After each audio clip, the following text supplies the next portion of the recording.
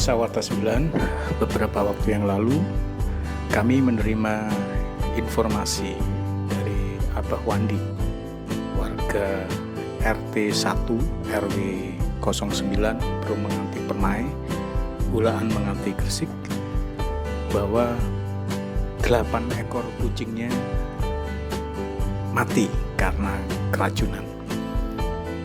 Secara pasti ya, belum ditentukan apa yang menjadi penyebab kucing kesayangan dari Abah Wandi ini mati keracunan. Apakah keracunan makanan, apakah keracunan pestisida yang menempel pada rumput tempat kucing beliau bermain, atau bagaimana? Kita akan bahas lebih lanjut bersama Dokter Hewan Nabila Ramadan dari Sahabat Fauna yang memberikan layanan dokter hewan, penitipan hewan, grooming, rawat inap, dan vaksinasi, dan berada di Perumahan Menganti Permai Blok B10 nomor 35 Ulaan Menganti Gresik. Kita ikuti reportasenya.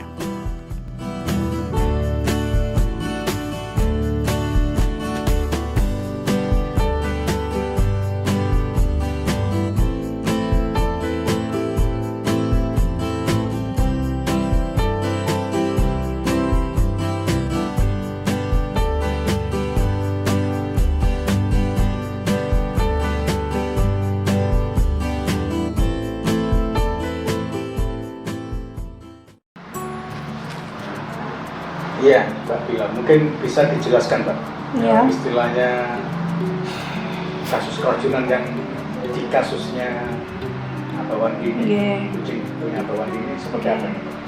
Terima kasih atas pertanyaannya, Pak.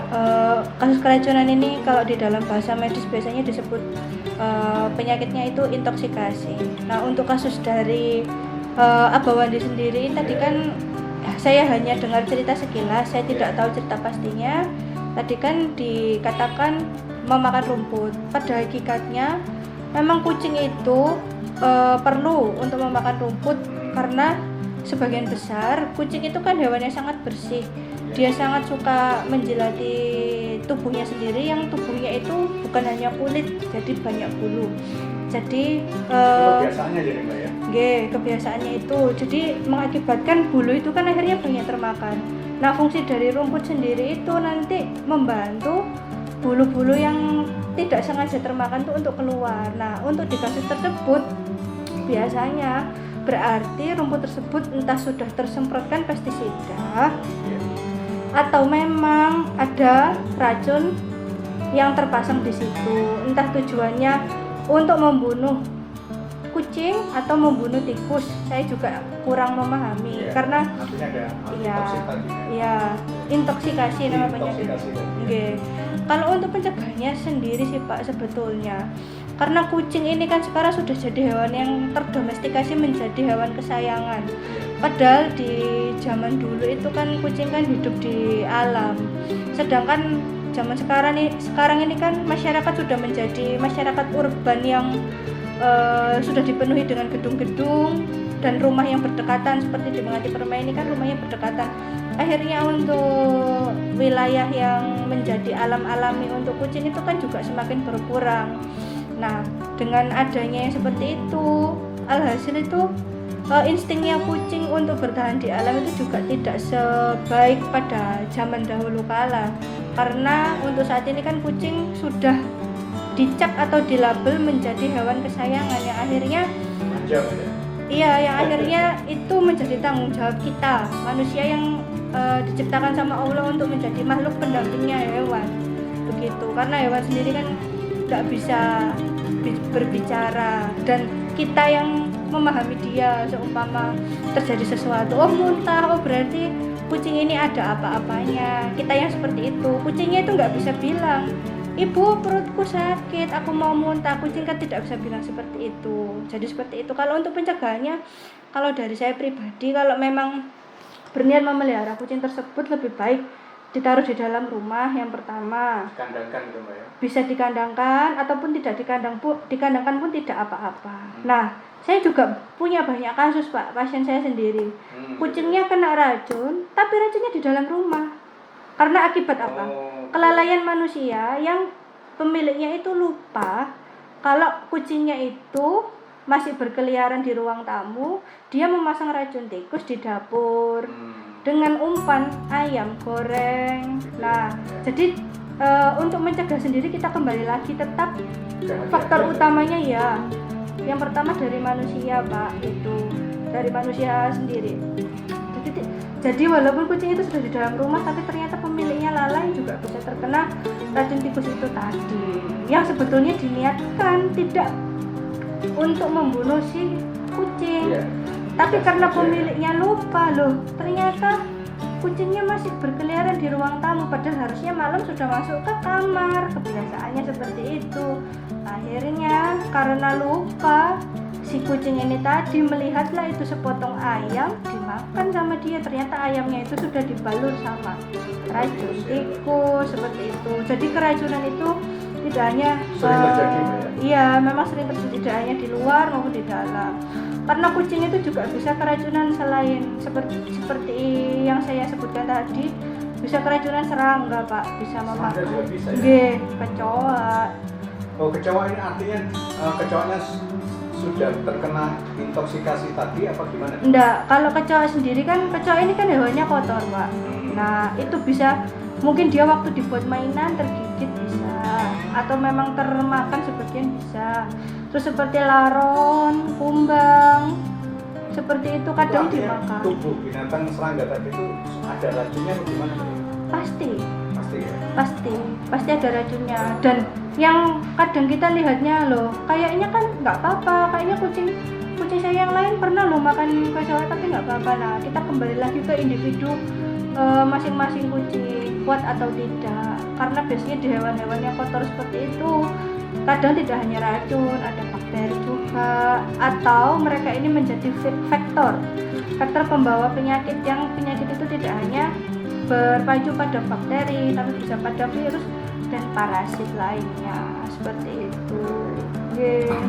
Mbak, kalau ini Mbak bilang, kalau istilahnya, jadi kalau mencegahnya ini misalnya harus bersihan Mbak ya, kita harus bersihan gitu ya.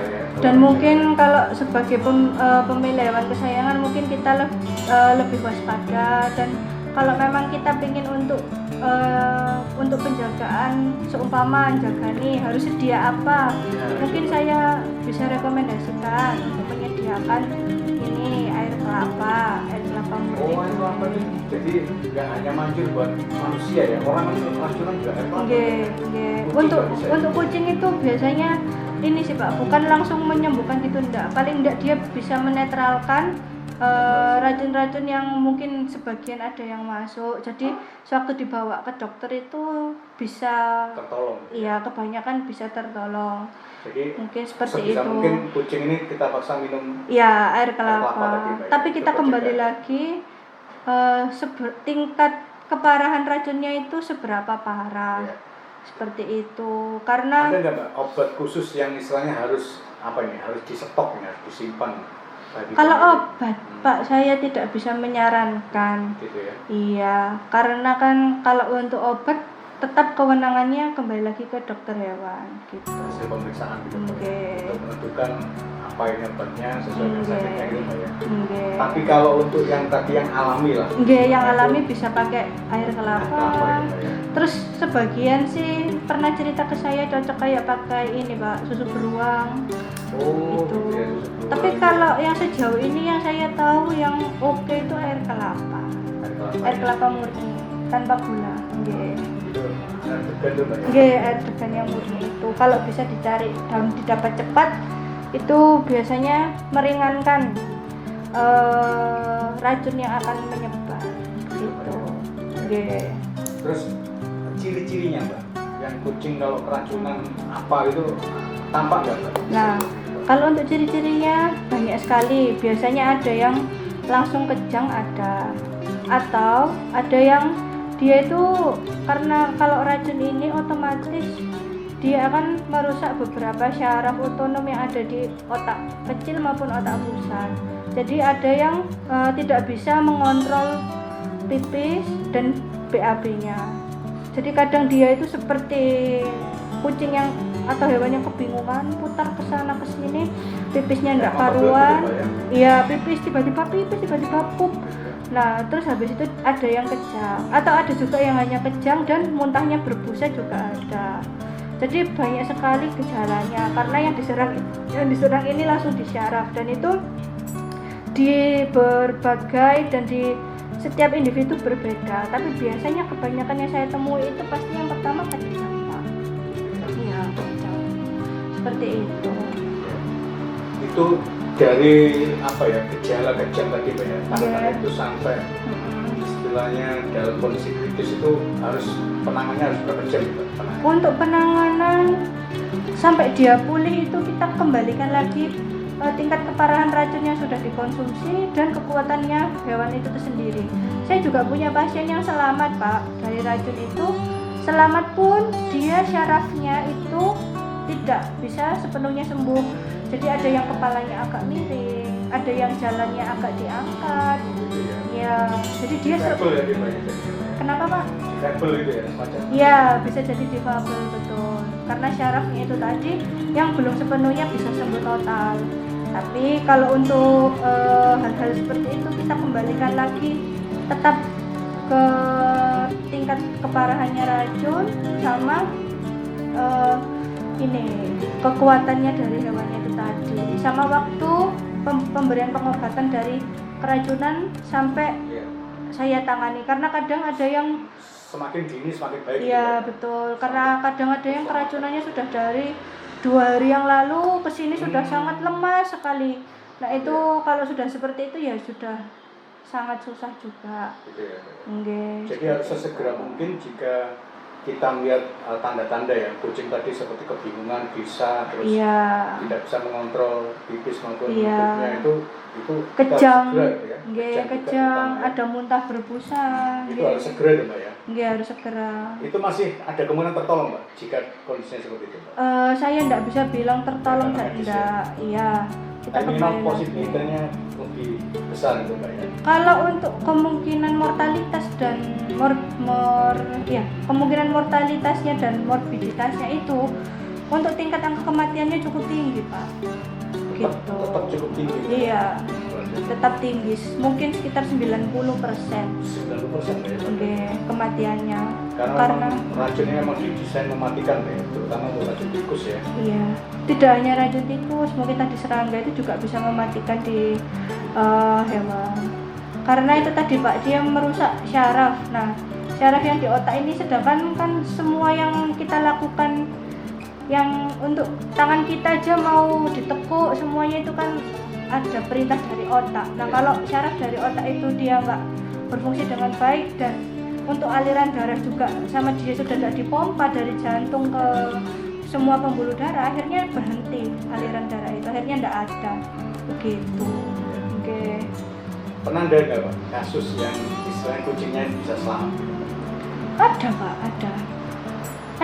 Kalau bapaknya tanya. 100% ya, bisa 100% ya. Yang tidak selamat banyak, yang selamat ya ada, tapi saya tidak bisa bilang banyak yang selamat.